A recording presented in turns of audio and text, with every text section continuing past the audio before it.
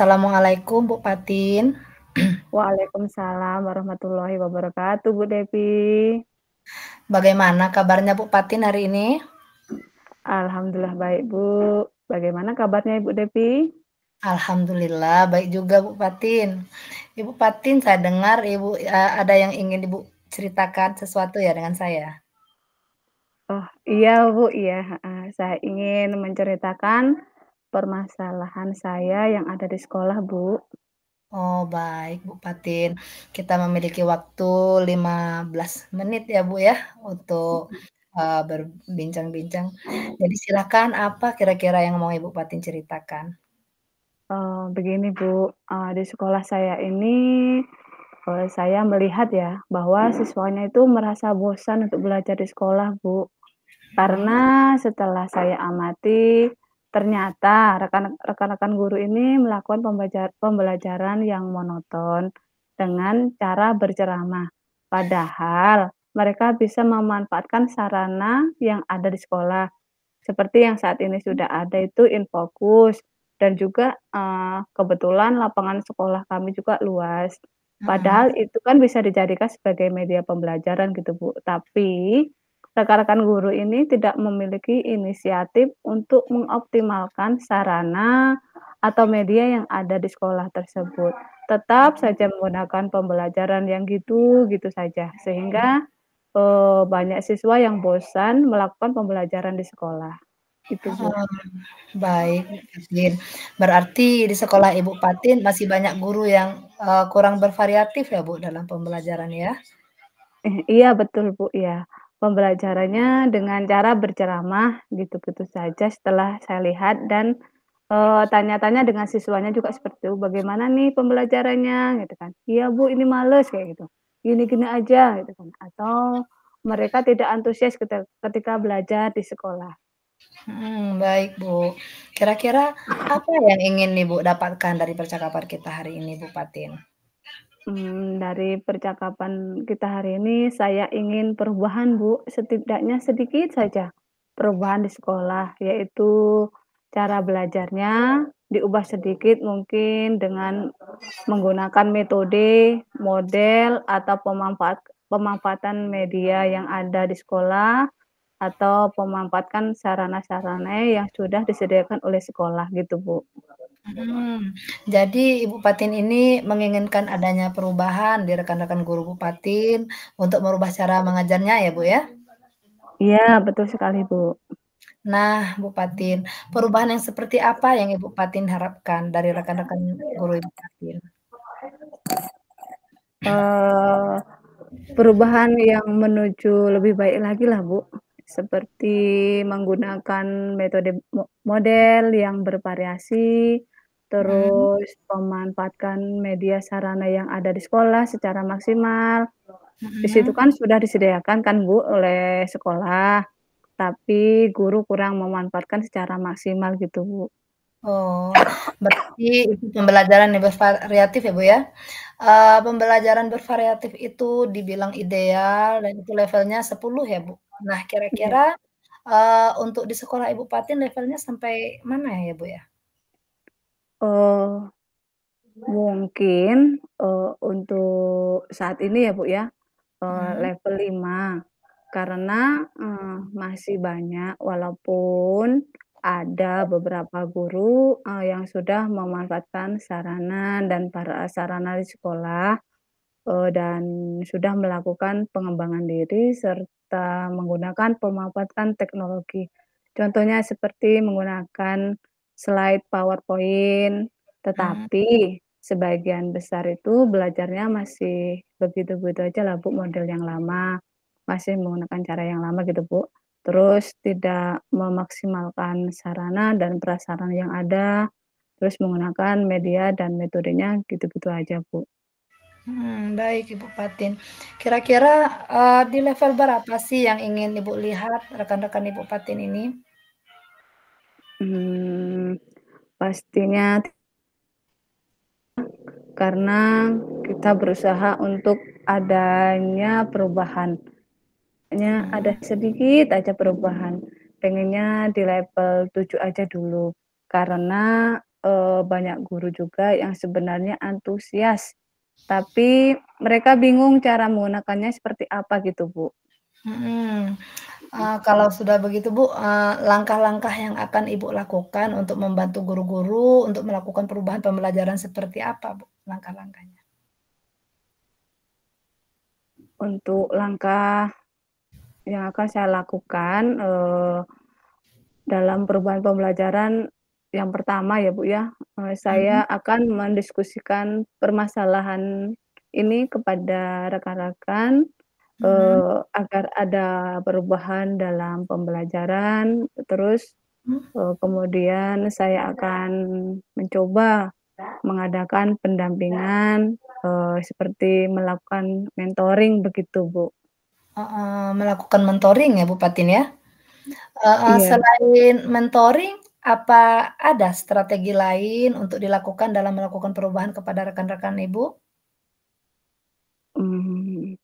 Sepertinya ya, Bu, ya, supaya mencakup skala yang besar, terus bisa dilakukan dengan cara pelatihan mungkin, Mmm, workshop, agar, mengena semua ke guru-gurunya.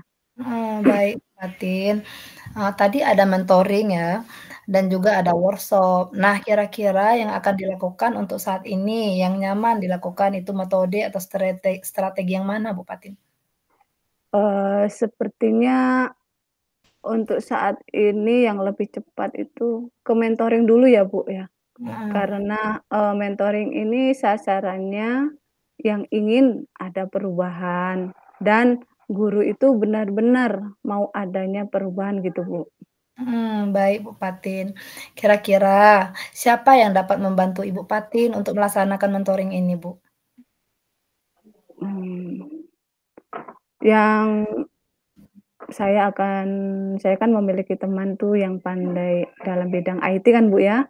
Mhm. Insyaallah, beliau nanti bisa membantu saya, terus untuk menggunakan konsep dulu dengan rekan saya, beliau akan membantu saya khususnya dalam bidang mentoring ini, Bu.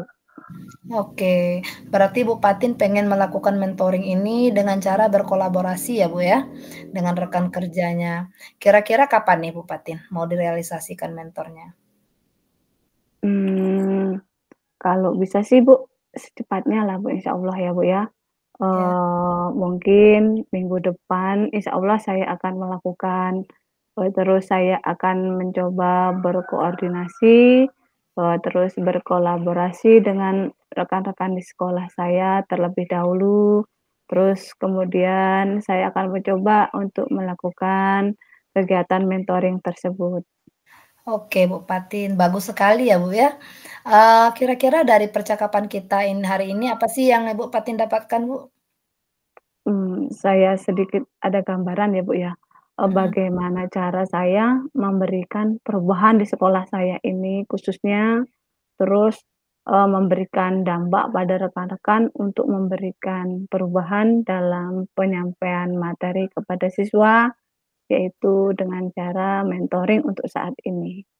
Wah, Bu Patin, saya sudah tidak sabar menunggu cerita-cerita Ibu Patin setelah melakukan mentoring nanti. Mungkin kita cukupkan sampai di sini dulu ya Bu Patin ya percakapan kita hari ini. Semoga lain waktu kita bisa ngobrol-ngobrol lagi Bu. Terima kasih ya, Bu Devi, yang sudi mendengarkan cerita keluh kesah saya dan membantu saya untuk menemukan solusinya. Sama-sama Bu Patin, semoga kita bertemu lagi di lain kesempatan. Kita tutup dulu ya Bu ya. Assalamualaikum warahmatullahi wabarakatuh Ibu Patin. Waalaikumsalam warahmatullahi wabarakatuh. Assalamualaikum Bu Devi, apa kabar? Waalaikumsalam Bu Patin, alhamdulillah Bu. Bagaimana dengan Bu Patin? Alhamdulillah saya juga baik Bu, sama-sama. Saya Nah, senang diajak coaching karena kita bisa saling berbagi pengalaman. Apalagi saat ini tugas kita selaku CGP sudah semakin menantang ya Bu ya. Apa nah, nih yang Ibu Devi mau ceritakan? Pas sekali Bu Patin, saya juga lagi butuh teman berbagi cerita, terlebih kita sesama CGP pasti tahulah ya tentang salah satu tugas kita, yaitu mengimplementasikan pembelajaran berdiferensiasi dan pembelajaran sosial emosional pada praktek mengajar kita di kelas. Saya masih bingung nih Bu Patin, bagaimana menerapkan keduanya secara efektif di kelas kita. Oh, iya. Pembelajaran berdiferensiasi dan sosial emosional ya, Bu, ya? Mhm. Jadi maksudnya Bu Devi mau menerapkan keduanya bersamaan pada praktik mengajar Ibu di kelas secara efektif ya, Bu? Iya benar Bu Patin. Baik, karena perbincangan kita ini singkat waktunya, jadi kira-kira apa nih yang Bu Devi inginkan di akhir percakapan kita nanti? Yang saya harapkan, saya bisa menemukan solusi Bu Patin paling efektif bagaimana ya saya dapat menerapkan kedua pembelajaran tersebut di kelas saya, Mhm. sekaligus agar esensi pembelajaran berpihak pada murid melalui pembelajaran berdiferensiasi dan sosial emosional dapat terrealisasi nyata seperti yang kita telah pahami di modul PGP ini ya, dalam aksi nyata saya seterusnya gitu Bu Patin. Setuju sekali, Bu, dengan niat Ibu tersebut. Jadi menurut Ibu sendiri, bagaimana caranya agar pembelajaran berdiferensiasi dan sosial emosional dapat langsung dipraktikkan dalam pengajaran Ibu Devi di kelas sehari-harinya? Mmm, sebenarnya saya sudah mencoba menerapkan pembelajaran berdiferensiasi dan sosial emosional dalam praktek mengajar saya di kelas. Mhm. Seperti saya telah melakukan asesmen diagnostik untuk mengetahui minat, kebutuhan belajar, level pemahaman murid, dan gaya belajar. Kemudian saya juga telah mencoba memvariasikan beberapa langkah-langkah pembelajaran dan saya memberikan pilihan kepada murid untuk mempresentasikan hasil belajarnya sebagai diferensiasi produk. Selain itu, saya mencoba ada teknik melatih keterampilan sosial emosional murid di awal pembelajaran seperti membuka pembelajaran dengan hangat, mendengarkan musik atau, bercerita singkat tentang diri mereka, serta selalu memberikan ice breaking.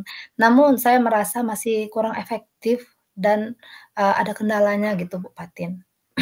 Wah, bagus sekali. Ibu sudah pernah mencoba menerapkan pembelajaran berdiferensiasi dan sosial emosional, kalau begitu. Tapi masih terasa kurang efektif dan ada kendalanya ya, Bu, ya? Benar begitu, Bu Devi? Iya benar Bu Patin. Oh, lalu, apa saja kendalanya yang ditemuin Bu Devi selama di kelas? Kendalanya tuh Bu Patin pertama ya, kendalanya waktu. Alokasi waktu yang sudah disiapkan kadang kala tidak sesuai dengan kenyataan Bu Patin, apalagi Mhm, apabila jadwal kelasnya sesudah waktu isoma, setelah istirahat, sholat zuhur berjamaah dan makan gitu kan, anak-anak masuk ke kelas lewat sekitar 15 sampai 30 menit gitu Bu Patin. mhm Nah mhm. akhirnya waktu efektif belajar tersisa sudah melewati fase belajar pendahuluan, sedangkan saya Mhm merasa di pendahuluan itu memegang peran yang sangat penting, terutama untuk penerapan KSE ya Bu Patin, kesadaran diri dan iya mandiri, iya serta iya. kita juga dapat mengetahui level pemahaman materi sebelumnya.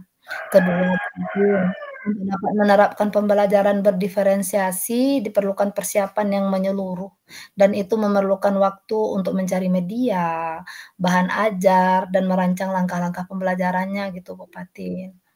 Baik, berarti kendalanya waktu persiapan dan kadangkala pembelajaran tidak berjalan sesuai alokasi waktu yang telah direncanakan Bu EDP ya?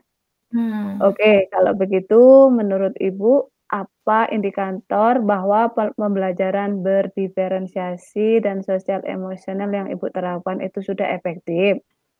Kalau menurut saya, Bu, ya, pembelajaran berdiferensiasi dan sosial emosional tersebut berjalan efektif, yaitu apabila saya melihat murid-murid saya dapat melaksanakan pembelajaran yang sesuai minat mereka, sesuai tingkat pemahaman mereka saat ini terhadap materi, dan mereka selama pembelajaran merasa happy gitu, aktif, dan muncul motivasi intrinsiknya untuk belajar dan menggali pengetahuan. Oke oke, menurut Bu Devi, kalau murid happy dan muncul motivasi intrinstiknya.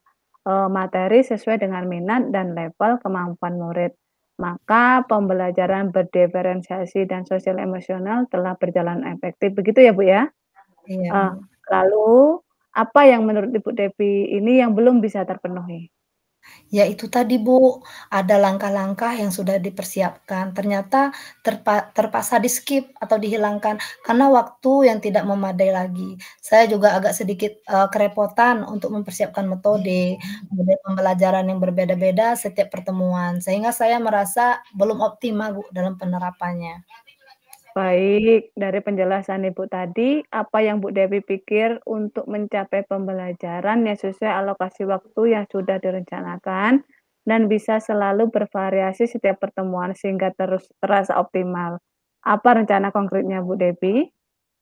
Apa ya Bu ya, saya sih masih berpikir saya harus lebih meluangkan waktu gitu Bu, mempersiapkan Mhm. rencana pembelajaran yang telah mempertimbangkan kondisi kelas khususnya waktu, serta mungkin saya perlu berkolaborasi dengan rekan sejawat untuk bertukar ide atau metode pembelajaran yang efektif gitu Bu. Jadi ada 3 ya tadi ya, Bu, ya, meluangkan yang pertama meluangkan waktu, mempersiapkan RPP yang alokasinya waktunya sesuai dengan kondisi tertentu, dan yang ketiga sharing bersama rekan sejawat. Ada lagi menurut Bu Devi yang dapat dilakukan untuk lebih efektif dan optimal dalam penerapan pembelajaran berdiferensiasi dan sosial emosional? Ada sih Bu, mungkin saya akan sering membuka PMM kali Bu ya, untuk Iya. menemukan ide terbaru dari praktek baik yang telah diterapkan guru-guru di seluruh Indonesia, atau membuka situs-situs aplikasi pembelajaran yang interaktif kali Bu ya. Wah, mantap, Bu. Nah, dari beberapa cara yang telah Bu Devi sampaikan, manakah di antaranya, yang bisa dilaksanakan lebih dahulu atau lebih cepat terrealisasi? Mungkin yang pertama ya Bu ya, meluangkan waktu yang lebih untuk membuat, rencana pembelajaran, yang dengan penyesuaian ya Bu ya, dengan menyesuaikan waktunya. Kemudian membuka PMM untuk menemukan ide-ide pembelajaran yang terbaru. Bagus sekali, Bu Devi. Oke, kapan nih Ibu mau mulainya? Secepatnya lah Bu, mungkin dalam minggu ini Bu kali ya, karena untuk melengkapi tugas aksi nyata kita juga kan Bu. Ya, benar, Bu. Baik, sepertinya waktu jauhlah yang buat kita untuk mengakhiri percakapan hari ini. Namun, minggu depan kita bisa berbincang lagi untuk mendiskusikan progres atau rencana Bu Devi. Apakah sudah berjalan sesuai harapan atau tidak? Sehingga saya juga dapat belajar dari pengalaman Ibu. Baik Bu Patin, terima kasih banyak Ibu Patin atas waktunya. Sekarang saya menyadari langkah-langkah apa yang harus diambil dalam waktu dekat ini. Oke, siap Bu Patin. Kita jimit lagi ya, mungkin minggu depan ya Bu Patin ya. Sama-sama Bu Devi. Baik, saya tunggu ya cerita dari Bu Devi minggu depan. Assalamualaikum warahmatullahi wabarakatuh. Waalaikumsalam warahmatullahi wabarakatuh Bu Patin.